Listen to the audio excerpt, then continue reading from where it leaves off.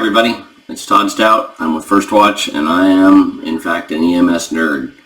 I'm here to talk about establishing data metrics, collection, analysis, and management. So basically, using the data that you and your folks are entering into systems to make a difference. I am a little unusual. I've been a nerd since my young adulthood, when I started working with my dad, a fellow named Jack Stout, who was involved in the early days of EMS. I was an EMT. Before that, I was a stock boy. I was a paramedic, a flight medic. I was lucky enough to be in a position to get to run the EMS system in Oklahoma City.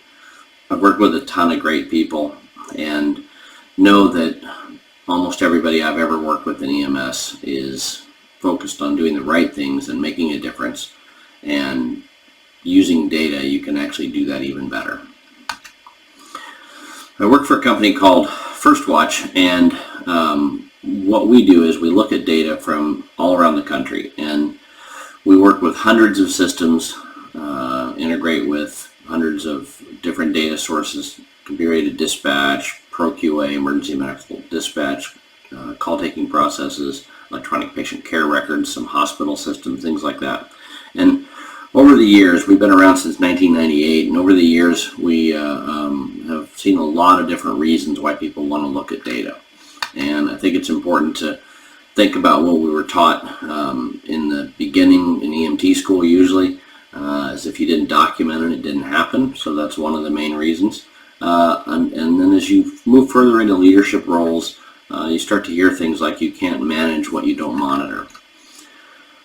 A friend of mine, Todd from Medic in Charlotte, who's since retired, has a great quote that I like. It's manage your system in real time or report your failures after the fact. I know when I was a medic in Kansas City a long time ago, we had a great quality improvement team, and they were doing most things manually. And they would often come to talk to us as medics about our calls and things we could have done better. It would be 2 or 3 weeks later. I didn't find that very helpful. It was rare for me to know a lot about a call I ran 2 or 3 weeks ago, and even rarer for me to remember why I made a certain choice or decision on the call. So it's something to really be thinking about, is that the closer you move the feedback from an event or from some opportunity to learn to the actual event or action, most of us in EMS will learn from it a lot better.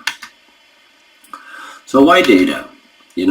You can use your data to measure against standards or performance objectives, a lot of external goals for that. Sometimes someone just asks you for information, whether that be a boss or elected official or city manager, something like that. Data tells a story, and the best reports and data presentation really help you tell a story and cause things to allow us to focus on what's important. We all hate to work on things that are stupid. We hate to work on things that won't make a difference. I'm no different. And data allows us to focus on the right or the important things. It often is used to help justify budgetary needs, especially in these days. There's always pressures to do more with less, and we can use data to make sure we're doing the right things rather than the wrong things as we go along. You have lots of data available to you. I believe, certainly for my career, it's been really the key to my success. I got to be involved in meetings and make decisions in areas where the only reason I was there in the early days was because I could actually get to the data and get the information. So I think while there's a ton of data, it really is a huge opportunity for you if you can be the person in your organization that can actually successfully and accurately get data out of your systems and present it in that story-like way that really helps people understand it. What's important when working with data? It needs to be clear and to the point. So much information that's out there is just a mess, and most people, not just EMS people, but most people don't have the tolerance for a lot of nonsense or what appears to be nonsense. So make it clear and to the point. It's important when you're getting information or providing information for somebody that it's a repeatable process. They'll usually ask you to get that information again later, even if it seems like they won't. So you need to be able to get the same information the same way over and over and over again. You need to make sure it's relevant. You need to make sure it's justifiable. You can explain why you got the data the way you did, what you did with it, and that it made sense. But a lot of people are skeptical of data and statistics and think that statistics lie. And they can, but you can also, as long as you can show that you're doing the right thing with them, they can be very powerful. And then most importantly for me, I'm an EMS person. I have a hard time just sitting around having meetings and talking about things. I want to make it actionable. I want to make it something that I can go do something with and make a difference. And then finally, this is a little bit of just a thing I've learned over the years, is you need to have a living definition document, kind of a guide to understanding the data. If somebody asks you for some information, you go query it out of your electronic patient care record system or some other tool, and as you do that, it seems simple and obvious and easy. And then, 3 months later, somebody asks you for that same information again. You need to make sure you understand how you got the information, and you can do it again, so it's an apples to apples comparison. It's pretty embarrassing when somebody asks you for some information. At one point, you give them a number. They ask you for the same information. At another point, you give them a different number, and they remember, and you didn't. Trust me, it's happened. I'd like to take a minute and think about, a lot of the things are about just getting clarity and communicating. So I've had a lot of people come to me and say things like, I need to know how many calls we ran last month, or I need to know how many calls in each jurisdiction. And it's really important to sort of stop. And even though you think you know, and you may be positive that you're right, to ask the question, what's a call? So depending on who you are in your system, a call could be a whole ton of things. Examples could literally mean from the communications center side, how many phone calls did we get? It could mean how many incidents were there. It could mean how many responses, how many units did we send. It could mean even deeper than that. It could mean how many units actually went en route or how many units arrived on the scene. It could mean how many patients, depending on your system and how things work. It could mean how many transports or billable patients. It could mean a ton of things. So always stop and clarify what you're thinking about or what someone's requesting, because it often is either a lot or a little different than you're thinking. When we look at computer-aided dispatch or CAD data, it's important to be able to think about it in buckets. There's a lot of data in CAD systems, and I kind of break it up into what you see on the screen here. So call information, caller name, address, phone, so forth. Incidents, the call info, the address, the problem type, responses, those units that are responding to the call, unit information, status information, timestamps, where they went en route from, how long they took to get there, when they were canceled, things like that. Transports, so once one or more of those units transports the patient from the scene to the hospital, need to know that information, and that's often in a whole different table within the computer-aided dispatch system. It's important also to track other things besides information about calls. So out of service information is usually in there, shift information is in there, a lot of information you can get out, but it's important to break it up mentally at least into buckets that you can think of, otherwise it can easily become overwhelming. And we'll talk about electronic patient care record data. Almost everybody has electronic patient care record now. There are a variety of systems. They all have different tools for exporting the data out. But it's often really tough to consume, especially for just regular people that are doing, starting to work with Excel or data in general. So just think about the fact, if it's hard for you, it doesn't necessarily mean it's easy, but you just don't understand it. It's just hard. It's complicated. You really actually need to link it to the CAD data for a lot of things. Unless that data comes into the EPCR data automatically, the chances are that if somebody's entering the dates and times of from the CAD information into the EPCR, there are going to be mistakes. But even when the data from the CAD is in the electronic patient care record, I've seen a lot of people use the electronic patient care record data to look at things like response times. So you got to be careful about that because, for example, if I respond to a call in my unit and I get there first, I can stop the response time clock. That's when the public thinks somebody got there and there's help. But maybe you got there second in your unit and you actually ended up transporting the patient. Most of the time, the dispatch times in your EPCR record are going to be from your unit, not from my unit. And so if you look at things like response times based on electronic patient care record data, you got to go make sure you look for the unit that arrived first. And if I never filled out an electronic patient care record because you did, that data won't exist in the electronic patient care record at all. The other thing is, in EMS, really almost none of us, probably maybe none of us, got into EMS to become excellent data enterers. It's hard to get excited about completing your documentation perfectly and accurately, exactly as the manufacturer defined. So you really need to think about the fact that the data is dirty, it's in different places than you might expect. Most of us care more about patient care and focusing on good patient care, and we tend to put documentation somewhere else. A lot of people think that if the data is in a NEMSIS format, that makes it super standardized, and it is to the extent that the data goes into the fields in the EPCR that the vendor assumed would feed into the right NEMSIS fields. But we'll talk about that in a minute, but definitely you cannot assume that the data is where it's supposed to be. We don't all document the same, even within the same systems, unless you had across different systems. So here's a quick exercise to kind of think through. Where do we need to look in our data to determine if a patient got aspirin for their chest pain event? And just sort of think about that. Think about a chest pain call that you've been on. Think about where that information can be documented. And you might think to look in the medications administered section of your electronic patient care record. Well, what if during the call, dispatch documented in the notes of the call that grandma gave grandpa his aspirin when he started having the chest pain? That would be a place to look in the notes. During the emergency medical dispatching or ProQA call taking process, they might have instructed the patient to get aspirin. It could be in the EPCR, it could be in the medication administered prior to arrival, it could be in the medications administered, it could be in interventions, and it could just be in the narrative.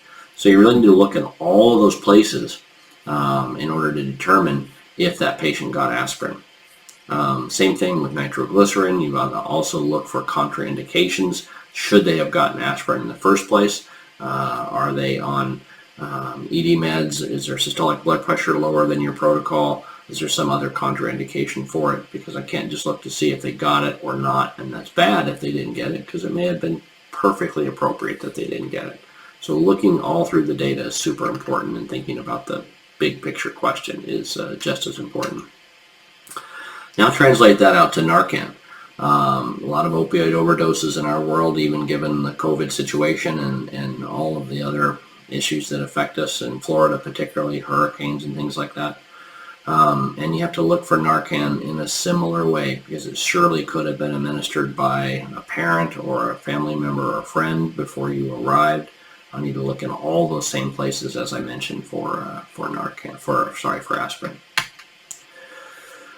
Think then about the data further, because there's a concept of time in our data, right? You get to the call and things happen, and all throughout the course of the call, different things happen. So, if you think about how can we tell from the data if the Narcan was given to a patient that was really having an opioid overdose? Well, if I can look at the time sequence of the call itself, and I can see that the patient was non-responsive, then after they gave Narcan, they became responsive, then that's a way to tell. So a lot of people will look for opioid overdoses, counting on the fact that Narcan was given. And we all know that depending on protocol and systems, Narcan can be given in a lot of circumstances where there is not an opioid overdose, but we're trying to make sure there's not.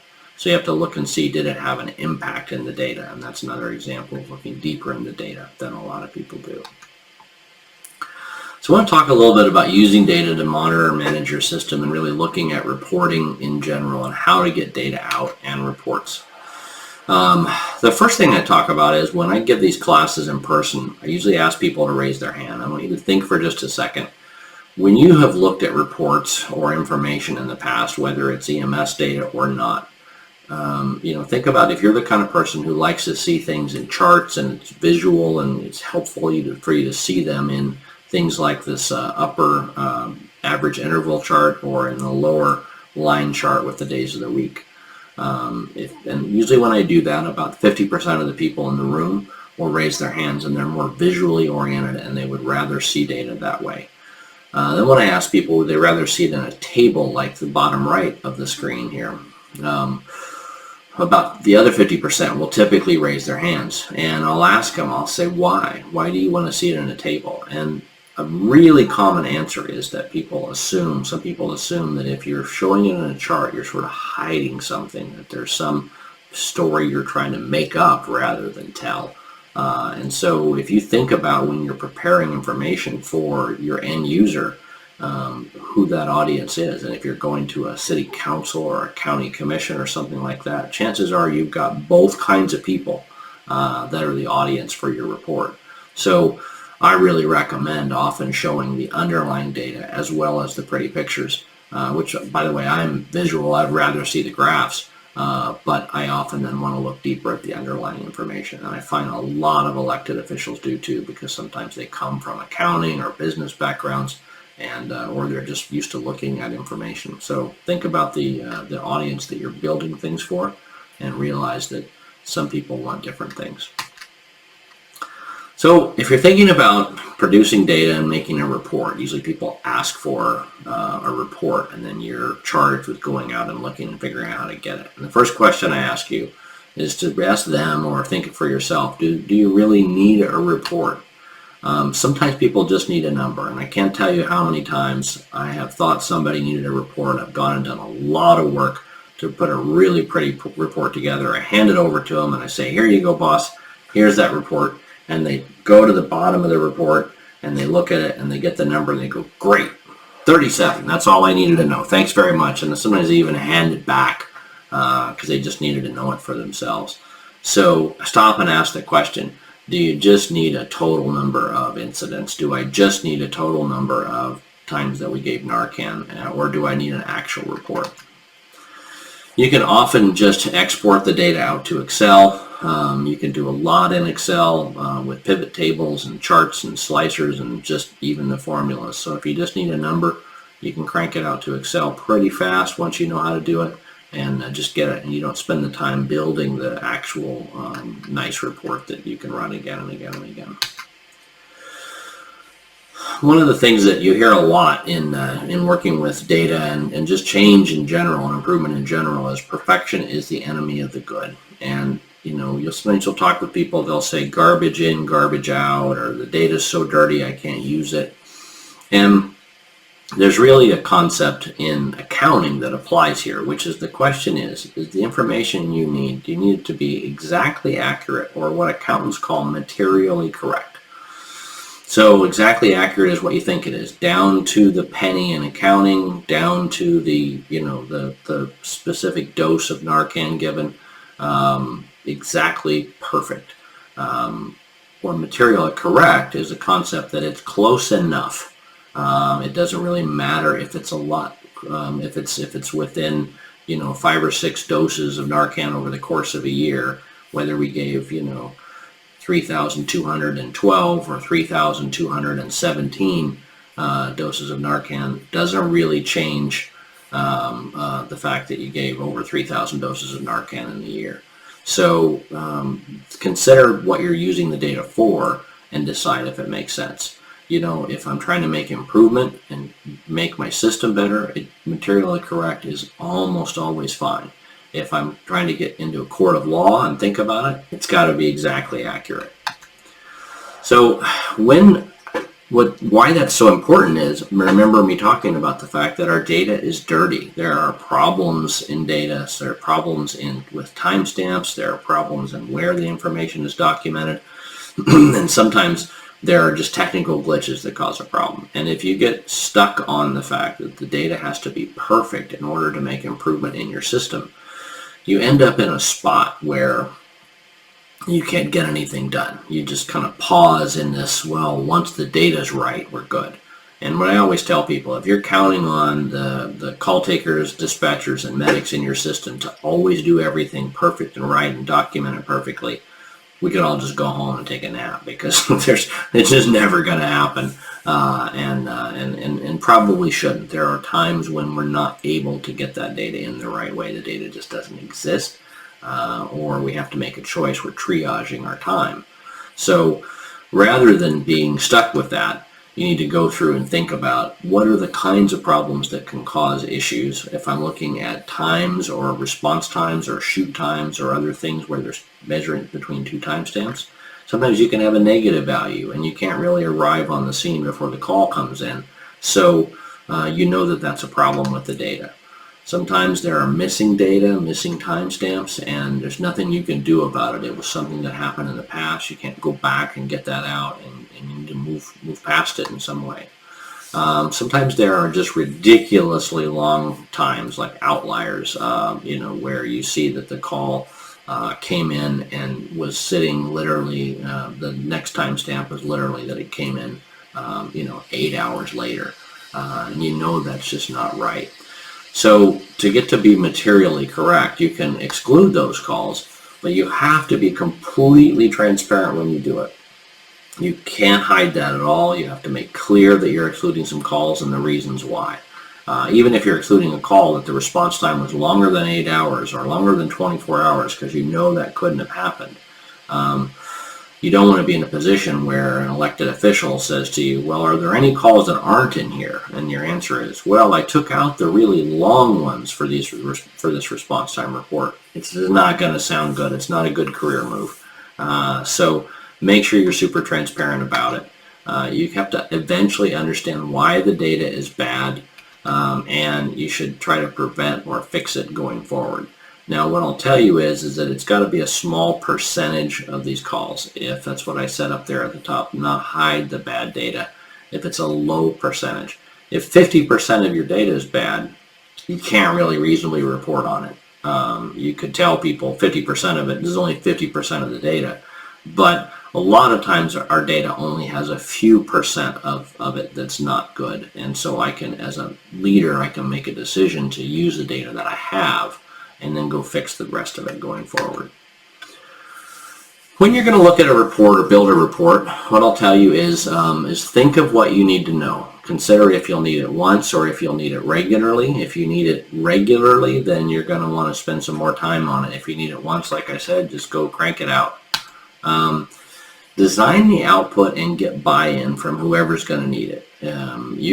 Somebody can say, like I used the example before, I need to know how many calls we had last month, and you can go do a lot of work misunderstanding what the calls are. Or you think they want a pie chart, and what they really want is to see call volume over time. And so really spend some time, even if it's just a few minutes, saying, what is it that you need? Can we draw it out on a piece of paper? Can we mock it up in Excel? And you need to figure out what the underlying and user-entered criteria are. If I, for example, say I want to know how many calls we had where units arrived on the scene, then I need to know that I'm going to exclude any calls where we never got a unit to the scene. And that seems obvious, but you need to make that clear as you're building the report, because those things that seem obvious often get you in trouble. Now think about who will run the report. Is it you with your level of technical knowledge and skills, or is it somebody in the dispatch center at night who's tired and been working for 24 hours or something like that? You need to go through and think about the end user of it to make sure it's useful. You need to build and create a draft report, and you'll see that I think that's super important, that no matter what, even when you've tested the system, even when you've looked at it close, you believe that it's right, label it draft until other people have looked at it, because other people will catch problems that you miss. It's kind of like having a friend or a coworker or a significant other proofread your resume. You work on it for hours and hours and hours, and then they pick it up and they go, oh, you left out a word. And you just don't see it after you've worked with something for a while. So you want the end user to know that it's a draft until they have bought off on it too, and where they think it's right. Kind of bring them in. You need to finalize the report and process. And if you think about how it runs, once everybody's bought off on it, and if you maybe even run it automatically. There are many tools for running reports in the middle of the night. Just have them show up in your email. That can be really effective.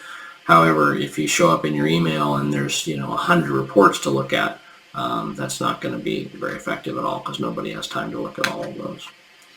Another tip is always show criteria on every report. You may know, and the person that you built it for may know exactly what it was about, but go ahead and indicate what the criteria, those underlying and the user-defined criteria are on every report, so that when somebody shows it to you later and says, hey, this report doesn't work, you know what they've selected as the criteria. You know when you built it what you were measuring, so you're not trying to remember what that is. Be as clear and transparent as you can. It'll save you a lot of trouble in the long run. Some tips and lessons learned. Plan on writing a few versions of every report that you develop, because as soon as you build something, build a report for somebody and they see it, they go, oh, that's great. Now, could you add this column, or could you shade this area red if it's below 5, or whatever the thing they thought of. And that's super normal. It can be very frustrating, but just better to understand that as humans, many of us are good editors. We're not as good creators. So once you build a report, chances are really good that even if the report is exactly what they asked for and exactly right, you're still going to be building different iterations of it as you go forward. I always suggest to people that they literally draw it out on a whiteboard, draw it out on a piece of paper. If somebody's asking you for a report, ask them to draw it so that you know exactly what they have in mind. One other advantage of asking them to draw it is if you ask them to draw it, they may decide they don't need it. Sometimes people just think there's a cool idea in their head and they can ask someone like you to take care of it, and then you go do a bunch of work on it and they realize, I didn't really need it that bad in the first place. So if you ask them to draw, you get a better picture. You know exactly what your target is, and you can get an A on that report rather than a D- because you guessed wrong.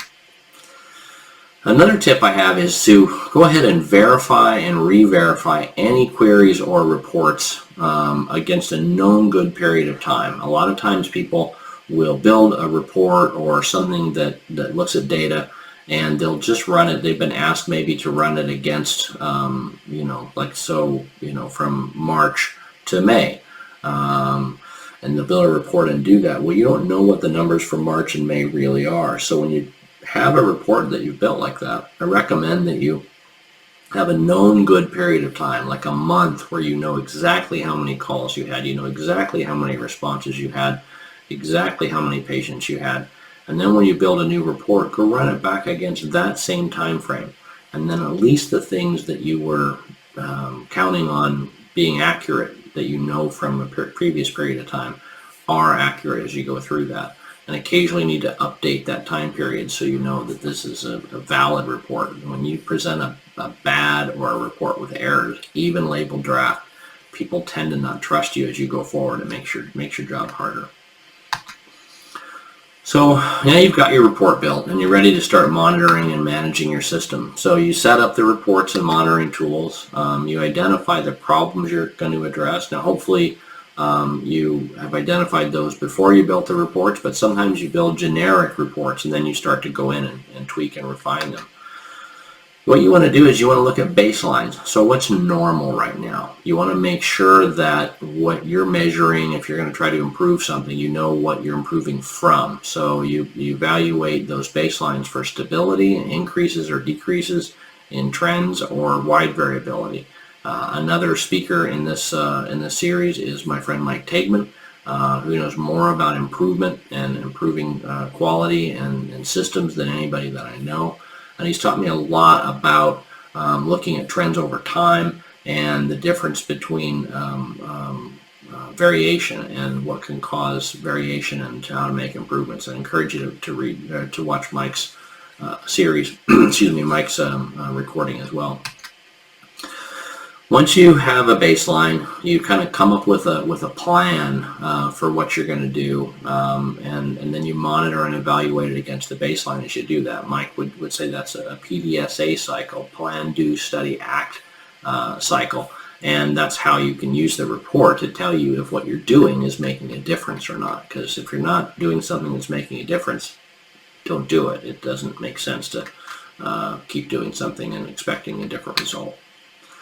The other thing about working with data and reports and making improvements and using it is to communicate a ton. It's all really about working together as a team and getting everybody on the same page, and so communication is really key to that as we go forward. Once you're ready to analyze the data, what I would say is, work on improving your area first. If you go out and create a bunch of reports and data that just take shots at everybody else, it's hard to get them to pay attention to you. Everybody argues about taking the shots or what's going on. But if you use data to improve an area that is within your area of responsibility, first, you show people that you're making these changes, that you're looking at things. They begin to take you more seriously, and it's less of a threat when you come to them with information about how their area can improve. Also, I say choose wisely what you're going to work on first. If you're implementing a process to use data to make improvements, pick something that is for your first or second project. Pick something that's a relatively easy project. Don't pick the hardest thing ever. Don't break your pick against Mount Everest. Pick something that is important but doable, and frankly something people can get behind.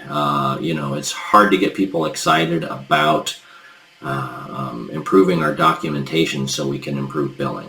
But it's easy to get people excited about saving babies and doing things that save people. So, and frankly, if people don't get excited about that, they shouldn't be here anyway. So pick something that people can get behind, that they're excited about, and that you can get an early win and really show that we can use this data to make improvements. That way, when you tackle the big projects, it's not the first time you've done it. We use a motto which I learned came from the Mayo Clinic, which is think big, start small, move fast. That idea is like, know what we're thinking about, what we want to do, but don't get stuck in paralysis by analysis and trying to come up with a big giant project. Pick a small part of it that works toward that big picture. Break a small chunk out that you can work on little by little without needing a lot of extra work and perfection, and then move fast. Start small, move fast, and you'll accomplish big things. As I said before, perfection is the enemy of the good, and I think we're perfectly suited for that in EMS. In EMS, when the phone rings, we got to go. We have the time from when we get the call until we get there to maybe think about what might be wrong. You can have the time from when you get out of the rig and you walk into the house or wherever the patient is and you're standing there with the patient.